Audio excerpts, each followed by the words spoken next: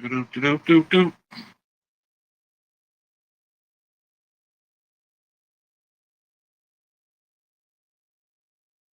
Need an audio check.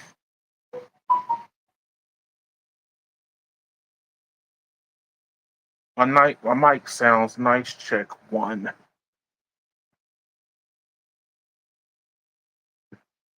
My mic sounds nice. Check two.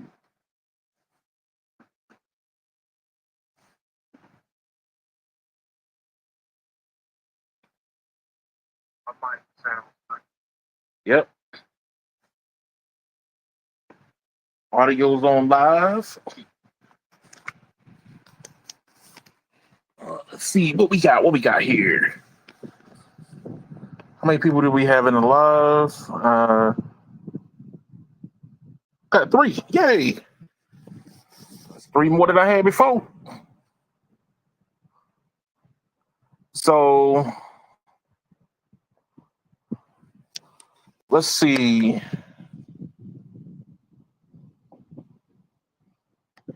What do I got? What do I got?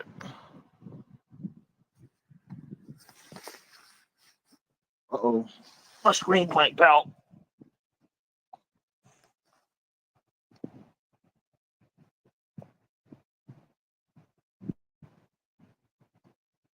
My screen blacked out.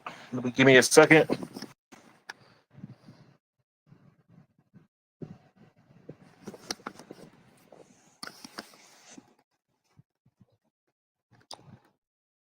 Oh, need new hardware. There we go. I need new hardware. Put that there. Put that back there. Hello, people.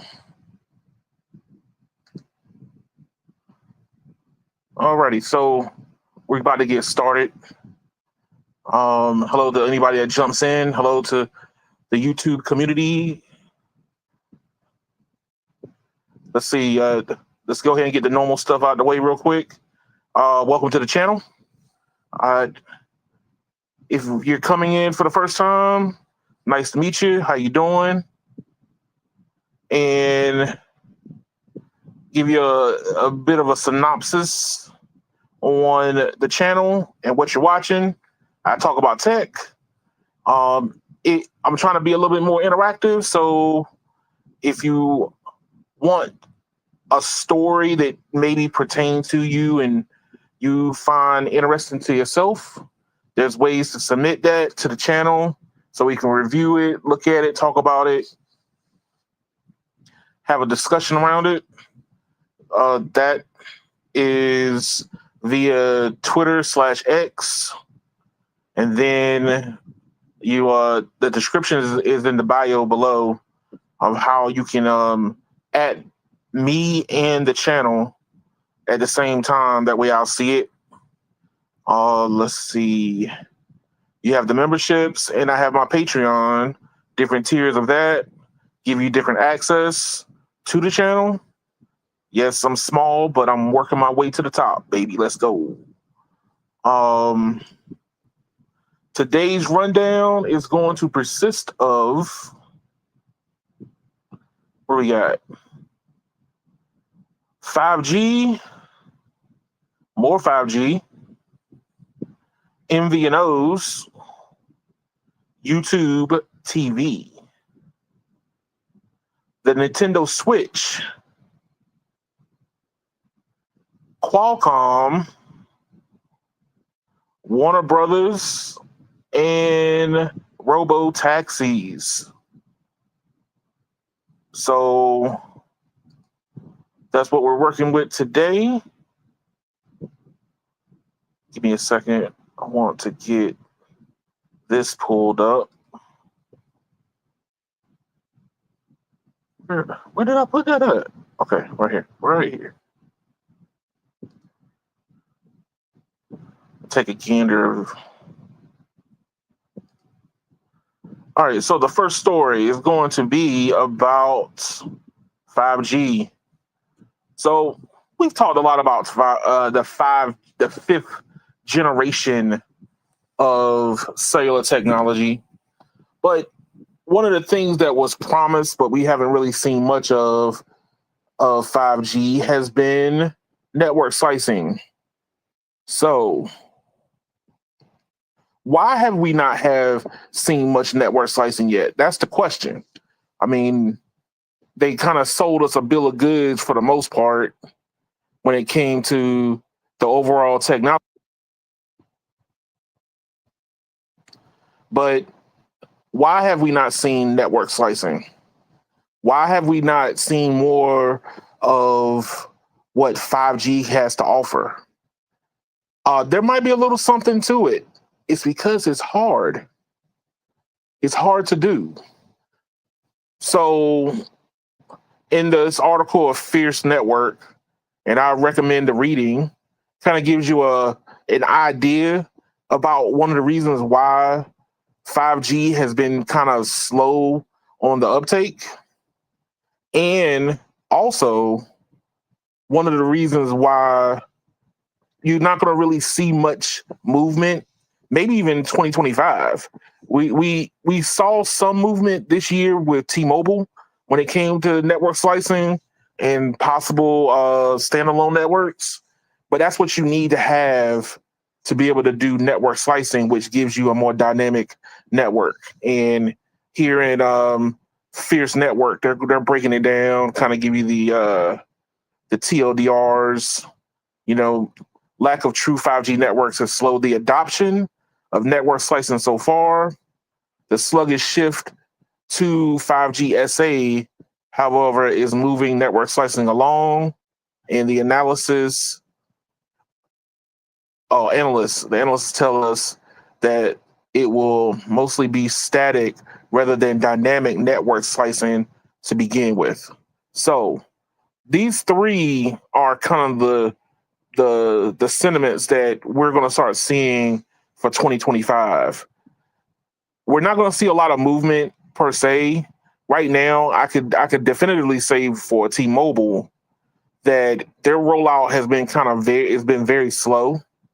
We're not really seeing a lot of the potential promise yet, and I think that one of the reasons is because it's hard to do.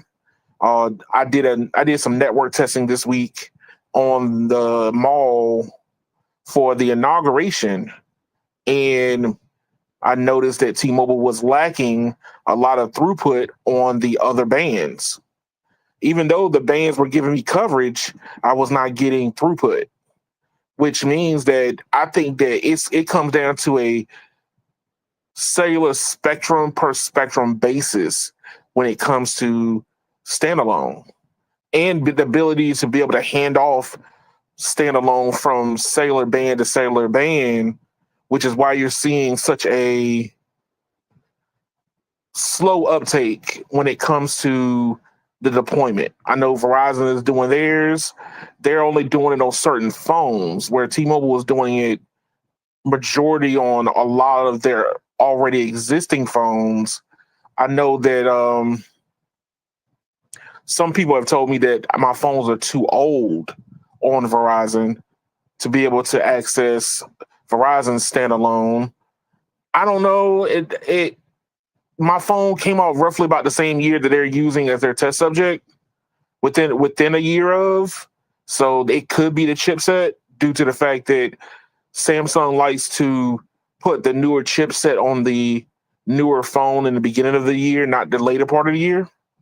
So it could be something to that. I rock a bunch of Fold 4s. I need to start upgrading, but I might not be seeing Verizon's standalone service. And the only standalone they actually been doing, from what I've been seeing across the web and from other YouTube channels, has been N77 and millimeter wave. So I'm not gonna say that that's not needed, but I'm more impressed with coverage than I am localized super download speed. So that's just my point of view. But right now, the analysts are saying, and probably what we're starting to see right now is more of a static version of network slicing, which means that the network slice doesn't does not evolve or adapt itself to the conditions that we're seeing. T-Mobile's network has doesn't have a lot of pep to it right now, which that could be one of the reasons why it's more of a static and rather than a dynamic network slice that we're starting to see. Um, as I've been doing network testing, the luster is not quite there, from what I can tell.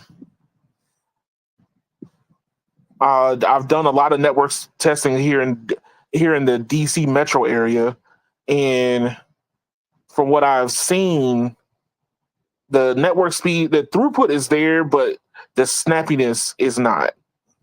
So a lot of the other cellular networks, even worldwide, they're still working off of NSA. AT&T is still working off NSA, from what I could tell. Verizon on my cell phone is still working off NSA. So we're not really seeing a lot of standalone push per se, unless you have the right phone, for what I've been told. The T-Mobile network has been acting a little wonky, and the reason why I'm very skittish about saying that is due to the fact that the places I've been going to are going to be near and around the inauguration area. So could they be working on the network there? Is that what I'm experiencing? I'm doing more network testing in the next couple weeks to really find out. But my initial test that I did really showed them dropping the ball. So it could be the fact that they don't have standalone proprietaries on the other cellular bands. It's been N41 rush, and for the most part, they probably never got around to just doing N25 and N71, which I was seeing those cell networks flash on my phone, but there was no throughput. So what can we do? What can we do? The overall viewpoint is the network slicing is supposed to be a core fundamental part of cellular 5G cellular networking. And the fact that we're not really going to see it as much, we're starting to see glimpses of it and the promise of, but we're not really able to fully see the full performance set just yet. Verizon, on the other hand, is moving forward with their 5G rollout, going standalone, but only on certain phones. So let me pull this one up.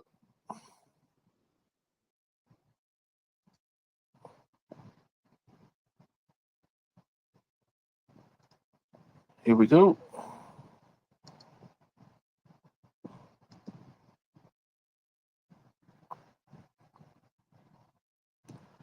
So Verizon is using 5G network slicing to offer better video calling for a price. So Verizon is moving forward with their network slicing to offer more robust video calling, but they're going to want them nickels and dimes out of you. They've already gone through and raised the price, so they are looking to fully 100% monetize their network as much as they possibly can. The company with the most expensive plan now takes advantage of the new tech for better performance on videos. So what they're doing is they're calling their new 5G monetized service enhanced video calling. So depending on if you're using Google Chat, or I would say that a lot of people probably on Verizon have iPhones, which is probably going to end up seeing more, what is it called? FaceTime enhanced video calling. So the company is delivering optimized video and sound quality on calling apps. Now, the funny thing is when you start drilling into for like high quality calling, it only thing they did was raise the kilobits in certain cases for like a regular standard phone call. So Verizon is giving a more enhanced version of that, probably doubling the kilobits, but they want that money. But Verizon is using network slicing to boost video calling performance on with a new technology only possible on standalone 5G networks. So one of the funnier things, especially when it came around to 5G, remote robot banana surgery. You had people faking like they were doing surgery on a banana to sell us on the 5G technology and how important it was going to end up being. But overall, it's been kind of lackluster, which is why there's not a lot of shine to it. I mean, I wish there was more to be able to talk about when it comes to it, but right now you're starting to see, a divergence between the cellular companies.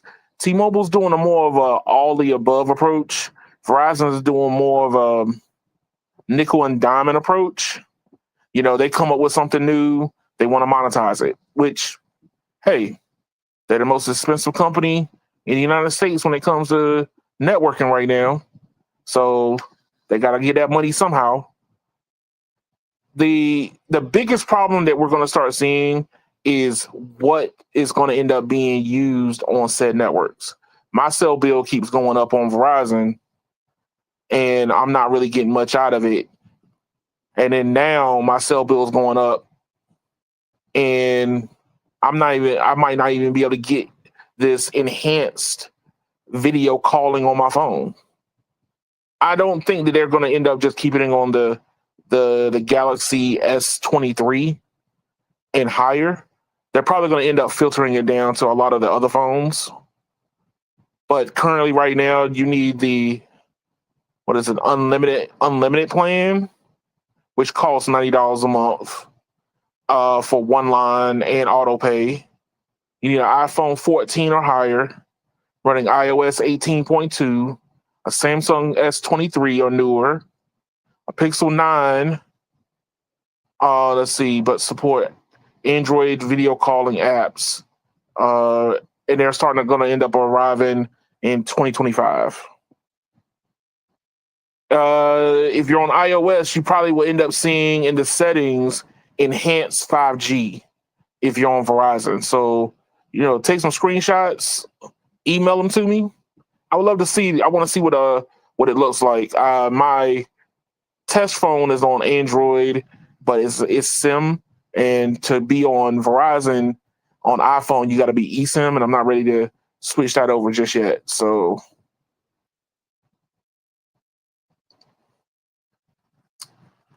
let's see. Sticking with the cellular side,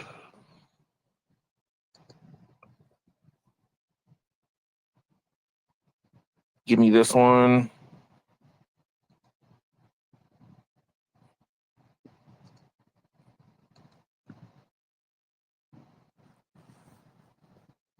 The MVNOs want a piece of the pie. So the MVNO pioneers want unlocked phones to go away. Locked phones, sorry. They want locked phones to go away. So I disagree with a lot of the MVNO pioneers on this one due to the fact that I don't think they quite understand what people will do and what have done when it comes to cell phones. It sounds like, the upper carriers, and this is by far not trying to defend an AT&T, Verizon, or T-Mobile, but there used to be a lot of cell phones stolen. and then pawn shops would take them and they would pawn those off to new people. Now, granted, pawn shops don't really take cell phones anymore, but that was the underlying problem with cell phones, and people would have them stolen. So MVNO pioneers like Mr. Addington want he operates Mobile X. He wants phones to be unlocked. Now, unlocked phones do give a person a more freedom, which is one of the reasons why I buy my phones from the OEMs, not from the carriers.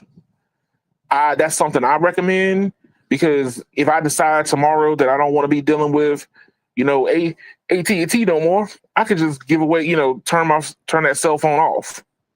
I could turn that, SIM card off, eSIM off. If I don't want to deal with Verizon no more, I can just turn that off. It's not tied to a phone where I have to keep the service on, into perpetuity just to satisfy a contract. That's my recommendation to people. And there's different avenues for you to go down. You can go on eBay and purchase a phone that somebody else already bought and it's unlocked, to going straight to Samsung or Apple directly and buy your phones.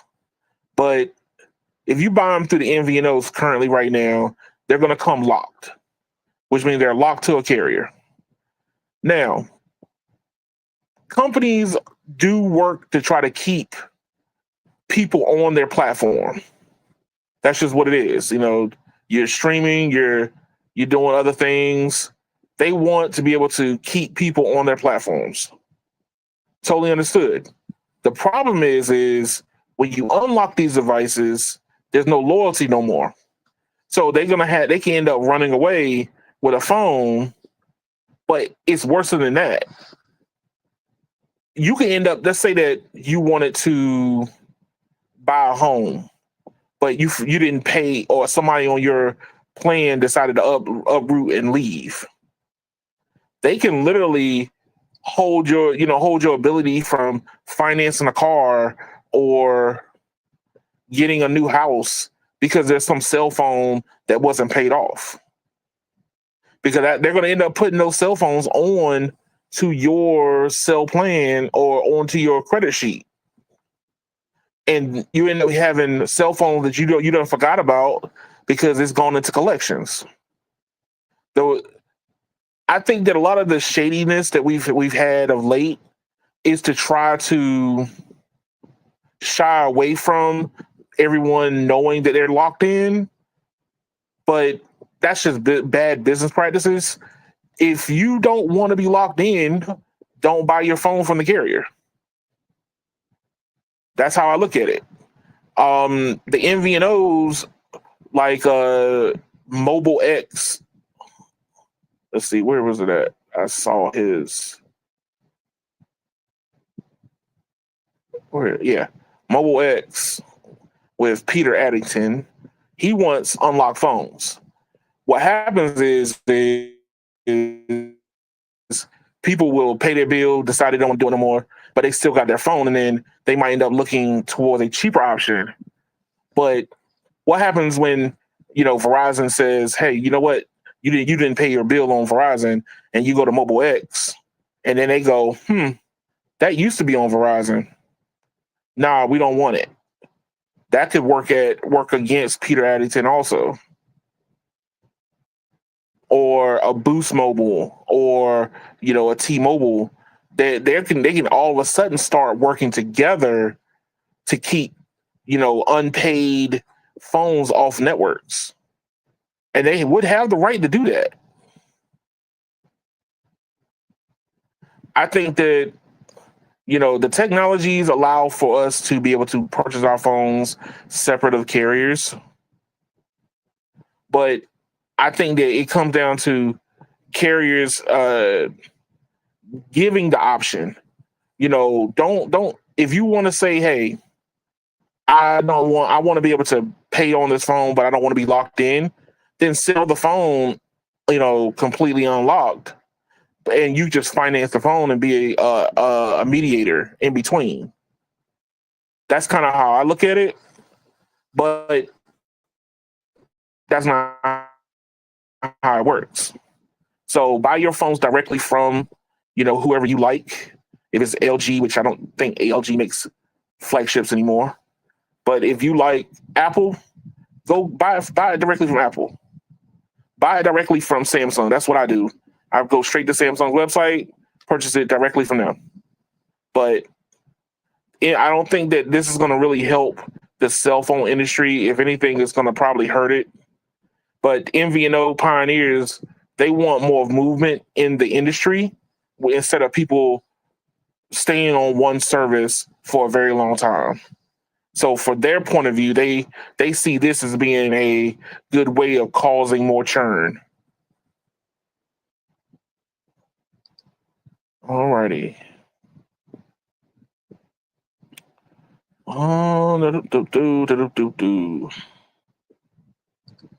Is this the right one? Yeah, this is the right one. So I am a YouTube TV subscriber. And I received my email saying that my YouTube TV is going up.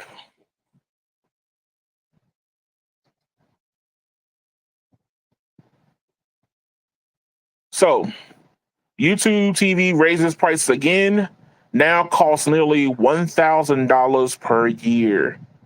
It's already one of the most expensive streaming services, even before the most recent hike.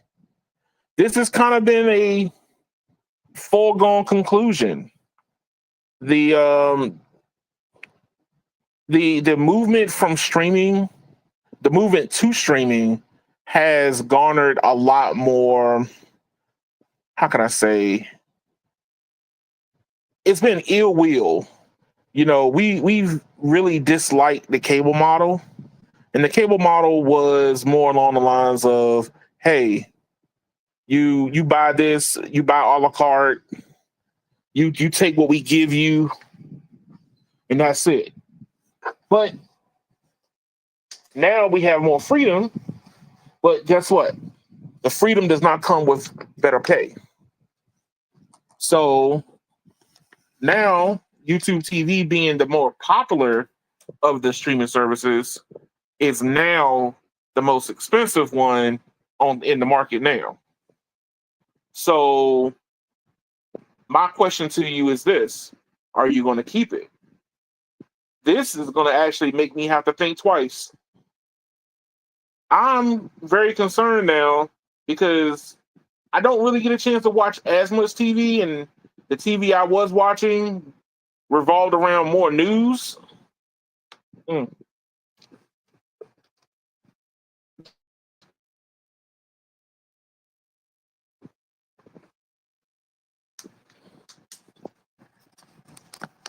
now that the political headwinds have died down for the most part, I don't really watch a lot of news of late. I don't know if I might end up watching it next year a little more. I find myself watching more documentaries, but that's been on YouTube itself. So I'm not sure exactly where this is going to stand at now. I mean, if I get rid of it now, it would save me a lot of money. I mean, it's up there at $72.99 a month. It's going to go up to $82, so a $10 per month hike. Ooh, let's pull it up right here. Is it worth it? That's the question. Will it be worth it? I'm leaning on the side of maybe not. I mean, we're already up to cable standards by now, and I mean, if you're a YouTube TV subscriber because you love football or you love live sports, but I think what is it? The I'm blanking out. Amazon. There you go. Amazon just got the rights to basketball. Netflix did boxing. You're starting to get more choices across the board. And this is going to be kind of hard to definitively like, hey, I'm going to just keep this.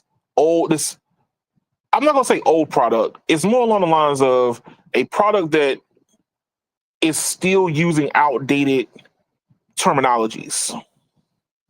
That's kind of where I existed with it. I I'm thinking that we should get more. That's kind of where I stand at. I believe that when it comes to streaming, and especially streaming live TV, it needs to be more interactive. Like I'm trying to do with my YouTube channel. I wanted to be more interactive. That's kind of where I want to stand at. I don't know how I'm going to get there yet, but I think that television needs to be more, hey, if I'm watching you, it needs to be as close to live as it could possibly get, to the point that even my comments is going on live television. That's how I think, because like I'm going live right now on YouTube. You could watch me talk about said subjects and get a chance to, interact with me. But we don't do that with traditional television. I mean, going up, I bought YouTube TV when it was $34.99 and watched it slowly creep up, kind of like a frog in hot water. By the time you look back, you go, wow, we're already at $82. We were at 34. What's up, Justin? Justin Tech says when the football games are on Amazon, you can live comment with people on Twitch. That's true. I just think that, traditional TV is what YouTube TV is trying to hold on to, or acting kind of like a go-between mediary. But really, the people that you really need to start gaining are people who are watching YouTube itself, who are people who are watching, like Justin just said, Twitch. We want to be able to interact more, not less. I don't want to see somebody pre-planned programming. I want more out of it. To justify $82.99 a month, I know they keep saying, the traditional way of saying it, which is, oh, content costs more money, but the content needs to start changing with the times. So, where is it at? Like here, it's nice for YouTube to have DVR storage, but I haven't really used that feature in a while. Let's see. What about no ads? I mean, that's another thing. I'm still paying for ads. I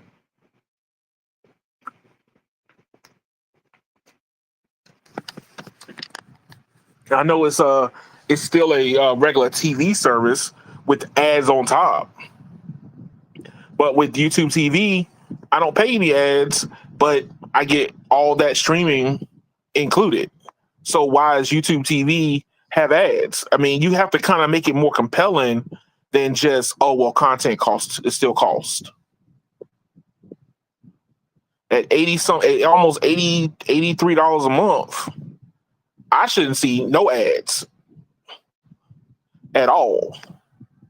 And we all know that ads is how they, the internet's paid for. So how come YouTube is not making more money off of the ads? Question, answer. Leave your questions or answers below in the comment section.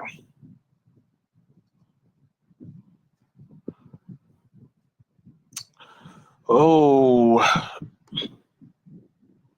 let's see. The gamers. Where are the gamers at?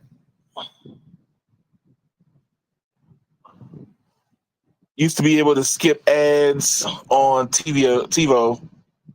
Yeah, and then TiVo got sued because of that. That's the problem. I mean, they TiVo had to have a special box to be able to skip ads, and it was only if it can pre-record your channel to be able to skip ads, and then they got sued because of it. Let's see. All right, so the gamer crew, welcome. Who is ready for a new Nintendo Switch? Because gosh darn it, it's been past due for one.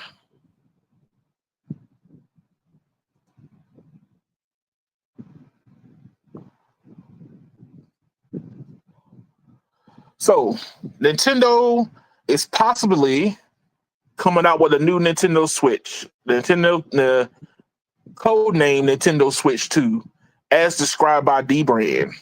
So D-Brand is a very popular, hardware skin company, and they do partner with a lot of different people to provide skins and protective layers on products.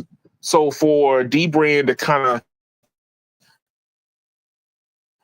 hint at a possible new skin or dimensions on a Switch 2 says something. D-Brand is not really in the good graces of Nintendo because they don't really like to conform to them. I wouldn't blame them. Nintendo is not one of my favorite companies, but this is one, a good sign, but number two, it might be a bad sign due to the fact that Nintendo is a very non-progressive company. I talk about handhelds on my channel, and one of the biggest things about my channel I love is the Lenovo Legion Go. So with the Legion Go, you end up getting a lot more use cases for your handheld. You can use it as a content creation. You can use it because it runs Windows. You can use it like a Swiss Army knife. Nintendo, it's all Nintendo all the time. If it doesn't say Nintendo, if it doesn't have Nintendo's approval, it doesn't work. Period. Part of the problem that I have, especially when it comes to Nintendo itself, is their lackluster to make things better. And with all the hype that is probably going to come out because a new possible Nintendo Switch is going to come out, a bigger, brighter, console / handheld, because that's what it is. It's a handheld / console, because they don't want to compete directly against, Xbox and PlayStation. So they went the handheld route, but you can dock it in a dock and then have it on your television. And the fact that we're still talking about a regular Nintendo Switch after almost 8 years of it first showing up, we're already between product cycles on the Xbox and the PlayStation right now. So that lets you know how far back Nintendo has been when it comes to keeping up with the Joneses. Now, granted, you don't need a lot of hardware to really run Mario or do Mario Kart, but it would be nice to be able to have something that's a little bit more powerful, especially the fact that your only thing you're doing really is gaming. So this is a rendition of what the Nintendo Switch is possibly going to end up being. It's probably going to keep the same dimensions. It's going to be a little bit thicker. This is the case that they're offering for a possibly new Nintendo Switch, and that's through D-Brand. The funny thing is, D-Brand really does not like Nintendo just as much as I don't like them. Go on The Verge to be able to read this. They go through the dimensions. They talk about new placements of Joy-Cons and possible home button. I don't know if they're going to do anything dramatic. Let's see. Let's pull up the other article talking about the what's going to be inside.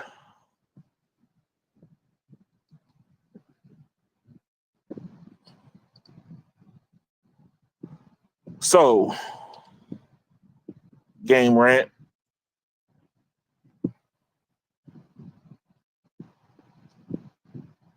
So here on Game Rant, they kind of go a little bit deeper. They saying that they possibly going to end up getting like 16 gigs of RAM. We all know it's still going to be ARM because the first Nintendo Switch was ARM based, and that was a what was it? That was a NVIDIA chipset. I think it was I think it's the same chip they end up using in the NVIDIA Shield. So it's a robust chipset through NVIDIA, but it's old as dirt now. So they're talking about being able to possibly end up getting 16 gigs of RAM, a new processor. No, 12 gigs of RAM, sorry. More RAM gives you more performance, but remember, Nintendo don't really need much to rehash Mario for you, so I don't really think they're going to really go hard on the RAM. It's probably going to be 8 gigs up from 4 because Nintendo does not see the everyday person like myself who's a gaming enthusiast. They see little kids, and that's all they care about. You know, how many Mario Kart parties, how many, you know, different Nintendo like things they can sell. They don't care about performance, which is why I don't know if it's a lot of hype or it's just the idea that a new Nintendo Switch could be possibly coming. But I think Nintendo needs to start moving fast because the handheld market is moving very quickly. So I have the first generation Lenovo Legion Go, but they are already talking about the next generation. So give me 1 second so I can pull that up for you. And while I'm doing that, let's see. Another person said, I've noticed that Verizon Unlimited seems to be more usable than visible in the worst section of Woodman State Store in my area. See, when we kind of jumped on the bandwagon when it came to which one is worth it, you know, going after the Verizon unlimited plan versus a visible plan. Oh, you get same access. You know, that was kind of smoke and mirrors. It and when you truly start using it, you end up starting to see the limitations of. I'm not going to sit here and act like I would say that there's limitations by coverage, but you might be seeing limitations by network access. So, like you said, depending on like where you are in the store, you might see in network access limitations, not access to the overall network. Let's see. Pull this one up.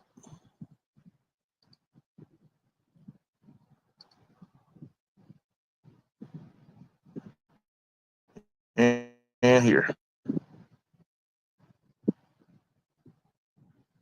So, since I'm a Legion Go advocate, I see the Legion Go and the ROG Ally and handhelds like that going to start taking off whole lot more than what Nintendo is offering. Now, maybe some people might say that I dislike Nintendo a whole lot, but I'm not a kid anymore, and I'm more of a gamer than I've ever been. The problem is Nintendo hasn't grown up, and nor are they growing up in the sense of understanding like pe- people want to be able to game on the go. I was in the doctor's office the other day and a lady pulled out her Nintendo Switch to play Animal Crossing. That was cool. There's more people like that across America, across the whole globe. But eventually they start looking elsewhere for better games. And the only thing you still have to offer is your same Nintendo products. You're going to start losing these new customers to new handhelds like Lenovo, like Asus, like uh, Acer coming out with handhelds. Those are just the givens because people are going to start looking for more functionality. They're going to start looking for, hey, what else can I do with this thing? Oh, the only thing I can do is play games. I guess it's going to stay in the purse all day. Or it's going to stay inside my backpack when I'm bored. But when it's a central part of somebody's life and they can see more using it to do, let's say I want to play Netflix or I want to surf the web or I want to do something else other than playing a game on it, it becomes very limiting. You know, one of the things I do is I use my Legion Go to do my network testing on. That was one of the other reasons why I bought it. I didn't want just a handheld to play Steam games off of. I can download Steam, yes. I could go to the Epic Game Store and download. I could do that.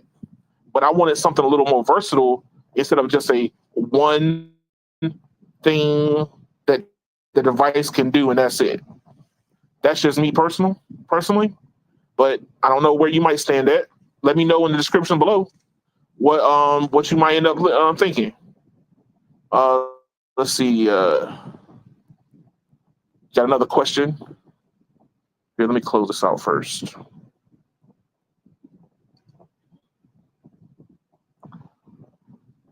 Verizon supports a video call with no hiccups, while the speed test results were 2 megabits down and 0.06 megabits up. And the store app worked as well.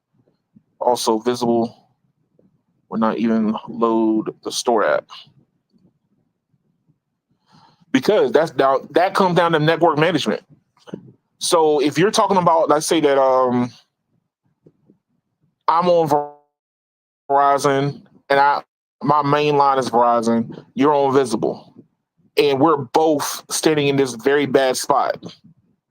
They're going to prioritize my network access over your network access because, oh, sorry to say it, but Verizon's about that money. Who's paying more? You know, they're doing this new round of, you know, funding right now where they're raising everybody's rates. I gotta add it into my new budget.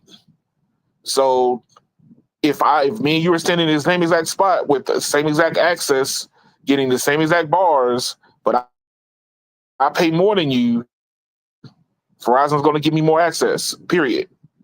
Visible's gonna take a back seat. Oh, let's see.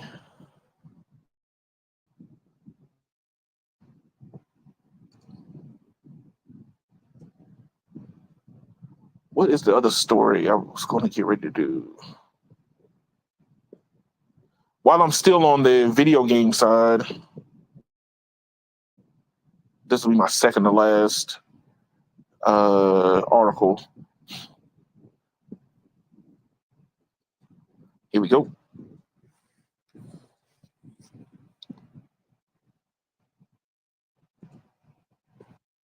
So as a avid gamer, I love to see articles like this coming out. So make this bigger for the people in the back and get rid of the ads. Playing video games has an unexpected effect on kids' IQ. So as somebody who played a lot of video games, oh, I do feel smarter than everybody else, but not in a cocky way. Let's see. Hold on one second. I was on LTE connection, and if they killed LTE, that store area will cost them roaming fees or roam on AT&T 5G. They're not going to be killing LTE. More than likely, you're probably was on band 13.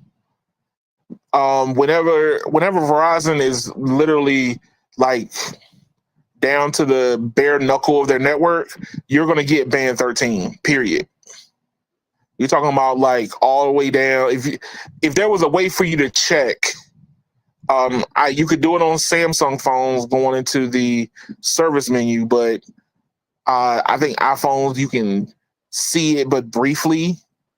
The only way you could really see it good on the iPhone, and I forget what the code is, the dialing code, but do a hard reboot on your phone if it's an iPhone, and then load it back up, like turn it back on again, and then whatever the network grabs at that moment will tell you roughly what you're getting. So I'm going to say you're probably on band 13 in that store. Verizon would rather eat their young before they pay roaming fees.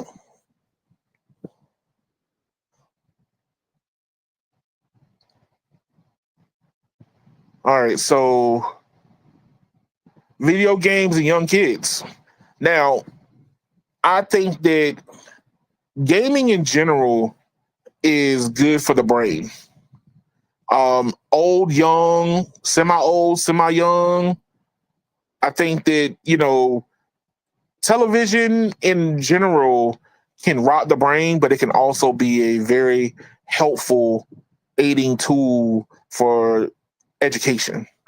So do some parents, some of these new parents, they think that, hey, the TV is going to mess up their kids. And then you have some parents that have embraced technology, and their children at age 2 and 3 have a vocabulary bigger than grown-ups. And you turn around and ask them, like, what did you do? And they tell them, hey, look, the only thing we do is watch educational channels all day long. And the kids love it. They're learning. They develop a whole lot faster. Their IQ in this article, they talk about like children's IQs are higher. Now, granted, this is only one study done. There's different variables. Some people say, hey, you come from a great background, you might be able to have a better leg up. I think that when it comes down to just parenting in general, the more interactive your parents are in your life and your educational hand holding, the better you become at learning things quickly. Period. You got some parents that be like, hey, look, they cram the iPad or tablet or phone in their kid's hand and tell them to go away. Kids don't grow that way. They grow through learning. And, the more you have hands on with it, the better. What is this? One of the earliest studies was done in 2022. Let's see. Now, granted, you got television watching, you got social media. Different things can play differently on younger kids' minds. But like for me, there was no social media. I had video games. I'm the Nintendo, the angry Nintendo lover, because I had my first gaming console before Nintendo was a Commodore 64.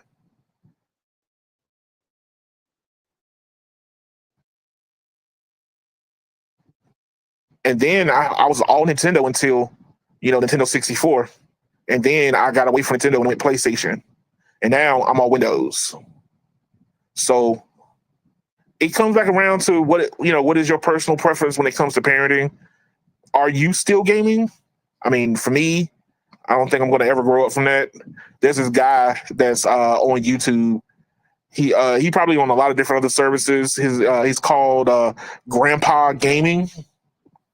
This man is like I would say my old man spirit animal. and that's who I strive to be like. Because this old man is popping heads on Battlefield, and these little kids don't know what to do with them. So that's what I strive to be like. I want to be like that when I get older. Never putting the controller down. Period.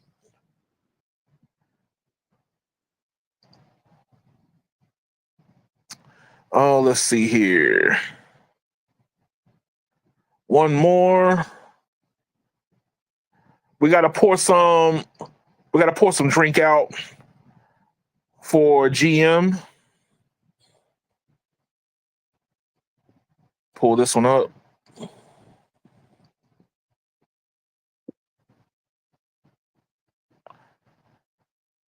RIP to Cruise Robo Taxi. So, as a person who is an Uber driver full time currently right now, trying to be an inspiring, content creator, good riddance to bad rubbish. I don't really feel sorry for you, but I already understand that companies are looking to replace drivers. So another company bites the dust. I really don't have a lot of, I don't really feel sad about it. But Cruise was an extension of GM's version of trying to do autonomy, and they didn't get a lot of traction. Oh, sorry, hold on one second. They didn't get a lot of traction due to the fact that I don't necessarily think they were ready for what the industry was wanted to offer. You have a lot of people, a lot of companies that's in this space, and they're pushing very hard to try to get ahead of everybody. I mean, you got Waymo, you got Tesla doing their thing, killing people. Hate to say it that way. Oh, I'm sorry, not that. They're unaliving people through their very janky software. My apologies. But the problem at hand is, are we really ready for autonomy on a level where we're not really driving no more? A lot of people like to drive. I was watching a TikTok where the gentleman had the most fun he's ever had because in traffic, Tesla owners like to use their autopilot, and it becomes it's very helpful. You don't have to constantly sit there with your foot on the pedal and you going rocking forward and backwards. You let the computer do it.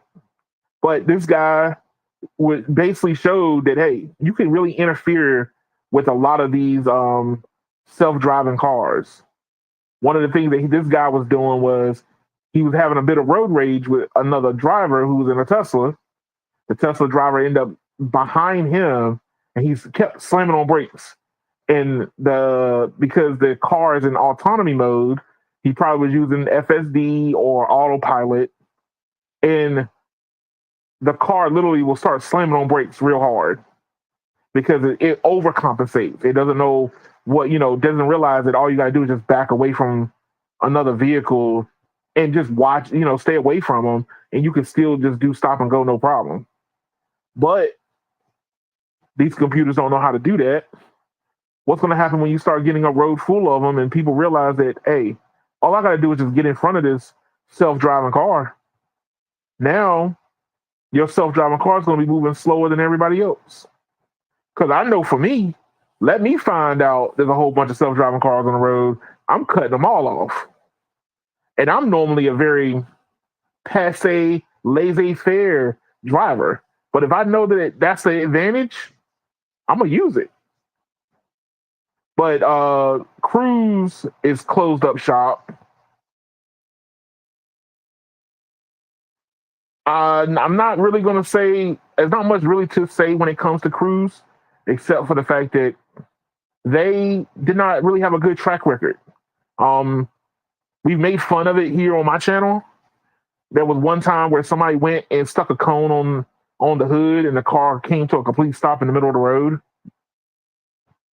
We're talking about like being able to stop the car via sticking a cone on it, because the cone is seen by the cameras, and then it doesn't know how to go around it. But one of the things that really got him in trouble this year was the cruise vehicle ran over a pedestrian and kept going, dragging a person behind them, from what news articles were saying. And they kind of, from the looks of it, they end up trying to cover it up like it didn't happen. So that is not a very good sign. You know, the autonomous vehicle market is packed, but to run somebody over and then keep and try to cover it up, that really says something. But I'm not sure what's going to end up happening with the drive with autonomy right now. I thought that Cruise had a little bit more legs in them. They had did a deal with Uber to bring their cars to the market, and I guess that deal is now dead. They're probably going to end up going more with Teslas, which that's what it seems like they're trying to do more integration with. I get a lot of pings saying that, hey, this trip has a charging station near it. This trip has a charging station near it. So they're trying to, be more integrated with letting me know where I can go at to recharge my vehicle if I need to. So I think that Tesla is probably going to end up being the de facto for rideshare. From the looks of it, Waymo is taking rideshare market share from Lyft and Uber in San Francisco because they're doing more autonomy rides there. So I don't think Cruise had a chance. So RIP to Cruise. More out of this space. I'm curious to see what company's going to end up moving to the top. But right now, my driving job has one less competitor to have to worry about. But that's it. Thank y'all for watching. Like, share, and subscribe to the channel. For those who don't know, there's different ways to get in contact with the channel. One is basically, submit your article to the Twitters. I don't like to call it X because you get kind of dark thoughts when you talk about X. So tech people still call it Twitter. Let's put it like that. So you can tweet at me the article, and I'll check it out, see how noteworthy it is, and bring it on the air, because that's I'm trying to be more of a open community for viewers. So hey, look, I'm a big nerd about space technology too. So if that's what you like, also, submit those articles too. I find that my good boy Elon exists in a lot of different spaces that I dabble in, which is a very big problem. So you might not, if you're an Elon fan, you might not like this channel. I would like to go ahead and say that now and be on the record of saying that. But thank y'all. And y'all have a good one.